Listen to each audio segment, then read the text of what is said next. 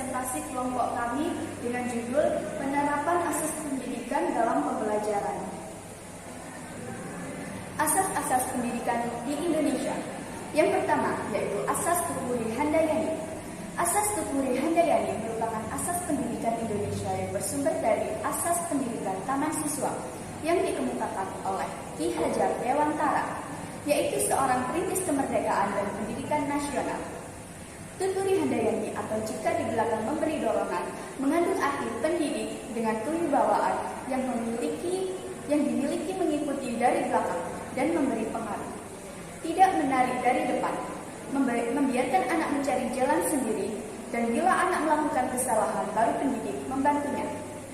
Asas Tuturi Handayani ini kemudian dikembangkan oleh Dr. Andes R.M.P. Sostrokartono atau filosof dan ahli bahasa dengan menambahkan dua semboyan lagi, yaitu Ingat Sosuntulodo atau jika di depan memberi contoh, dan Ingat Yomangunkarso atau di tengah membagikan kehendak. Yang kedua, yaitu Asas Belajar Sepanjang Hayat. Asas belajar sepanjang hayat atau lifelong learning merupakan sudut pandang dari sisi lain terhadap pendidikan seumur hidup atau long life education. Pendidikan sepanjang hayat didefinisikan sebagai tujuan atau ide formal untuk pengorganisasian dan penstrukturan pengalaman pendidikan.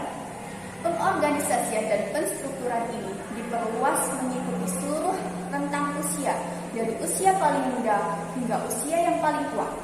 Asas ini bertujuan untuk merancang dan mengimplementasikan suatu program belajar mengajar sehingga mendorong belajar sepanjang hayat.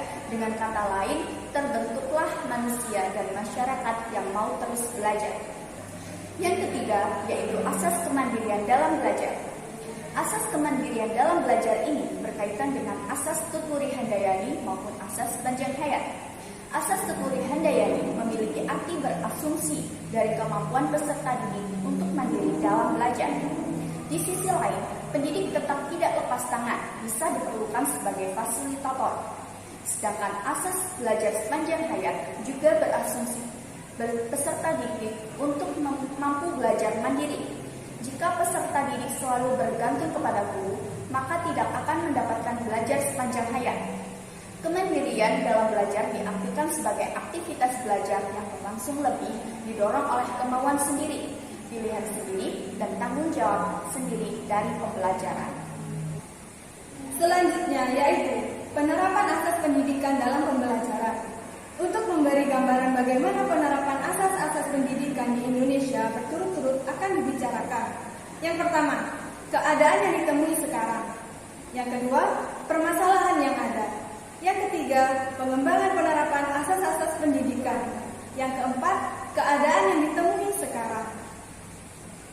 Penerapan dalam kaitan asas Tuturi Handayani dapat dikemukakan beberapa keadaan yang ditemui sekarang, yakni yang pertama, peserta didik mendapat kebebasan untuk memilih pendidikan dan keterampilan yang diminatinya di semua jenis, jalur, dan jenjang pendidikan yang disediakan oleh pemerintah sesuai peran dan profesinya dalam masyarakat. Peserta didik bertanggung jawab atas pendidikannya sendiri. Yang kedua, peserta didik mendapat kebebasan untuk memilih pendidikan kejuruan yang diminatinya agar dapat mempersiapkan diri untuk memasuki lapangan kerja bidang tertentu yang diinginkannya. Yang ketiga, peserta didik memiliki kecerdasan yang luar biasa diberikan kesempatan untuk memasuki program pendidikan dan keterampilan sesuai dengan gaya dan irama belajarnya. Yang keempat, peserta didik yang memiliki kelainan atau cacat fisik atau mental memperoleh kesempatan untuk memilih pendidikan dan keterampilan sesuai dengan cacat yang disandang agar dapat bertumbuh menjadi manusia yang mandiri. Yang kelima, peserta didik di daerah terpencil mendapat kesempatan untuk memperoleh pendidikan dan keterampilan agar dapat berkembang menjadi manusia yang memiliki kemampuan dasar yang memadai sebagai manusia yang mandiri, yang beragam dari potensi bawah normal sampai jauh di atas normal.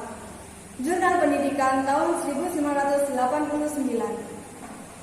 Selanjutnya, penerapan dalam kaitan asas belajar sepanjang hayat. Dapat dikemukakan beberapa keadaan yang ditemui sekarang. 1. Usaha pemerintah memperluas kesempatan belajar telah mengalami peningkatan. 2. Usaha pemerintah dalam pengadaan dan pembinaan guru dan tenaga tenaga pendidikan pada semua jalur, jenis, dan jenjang agar mereka dapat melaksanakan tugasnya secara proporsional. 3. Usaha pembaharuan kurikulum dan pengembangan kurikulum dan isi pendidikan agar mampu memenuhi tantangan pembangunan manusia Indonesia seutuhnya yang berkualitas melalui pendidikan. Yang keempat, usaha pengadaan dan pengembangan sarana dan prasarana yang semakin meningkat, yaitu uang belajar, perpustakaan, media pengajaran, bengkel kerja, sarana pelatihan, dan keterampilan sarana pendidikan jasmani. Yang terakhir, penerapan dalam kaitan asas kemandirian dapat dikemukakan keadaan yang dapat ditemui sekarang. 1. Belajar mandiri memandang siswa sebagai para manajer dan pemilik tanggung jawab dari proses pelajaran mereka sendiri. 2. Belajar mandiri mengintegrasikan self-management atau manajemen konteks, menentukan setting, sumber daya, dan tindakan dengan self-monitoring atau siswa memonitor, mengevaluasi, dan mengatur strategi belajarnya. 3. Peran dan kemauan motivasi dalam belajar mandiri sangat penting dalam memulai dan memelihara usaha siswa. 4. Di dalam belajar mandiri, kendali secara berangsur-angsur bergeser dari para guru ke siswa. Siswa mempunyai banyak kebebasan untuk memutuskan pelajaran apa dan tujuan apa yang hendak dicapai dan bermanfaat baginya.